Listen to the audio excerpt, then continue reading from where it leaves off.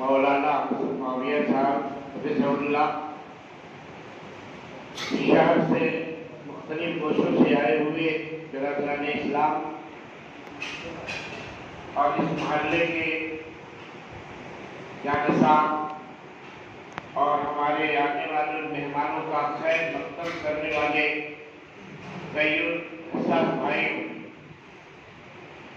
جب خبر ملی کہ ہمارے مہمانوں کی آمد ہے بڑی خوشی ہوئی، اور بیچ میں بارش نے جو اپنا پھر سلسلہ شروع کیا اور کچھ ہم لوگوں کے اپنے الیکشن ٹریننگ 1 تاریخ سے شروع ہے، پھر پروگرام اس محلال کا شکار ہونے لگا۔ لیکن عزم کے اندر بلندی ہو، حوصلے کے اندر طاقت ہو تو کوئی قافلہ جو ہے اپنے مشن سے رکتا نہیں ہے، اللہ کی مدد شامل ہوتی ہے۔ ہوا کہ نہیں جلدی ہے تو چلے آئے، ہم آپ کا اپنی سرزمین پر خیر مقدم کرتے ہیں۔ ابھی میں آ رہا تھا، سائیکل پر چند الفاظ آپ کے لیے لکھ دیا جس کو میں آپ کی سماعتوں کی نظر کرنا چاہتا ہوں۔ اس سے پہلے تو شعر میں چونکہ انسانیت تک پیغام پہنچانے کے لیے یہ موضوع دیا گیا ہے، نعتیہ شعر آپ کے خدمت میں پیش کر دو تو ان کو کرتا ہوں استقبالیہ اشعار۔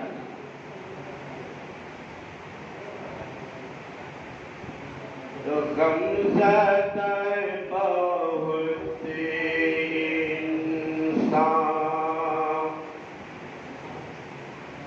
مسکرانے والے ہیں،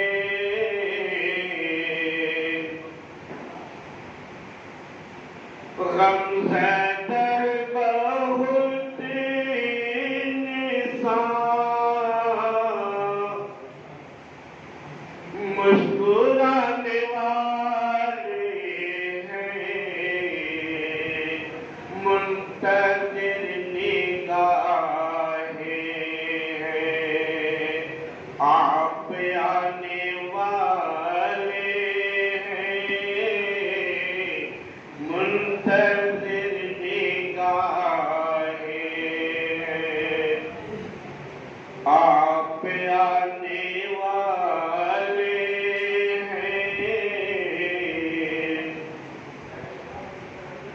کفر و شرک کی دنیا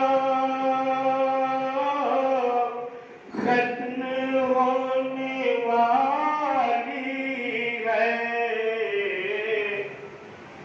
ختم ہونے والی ہے،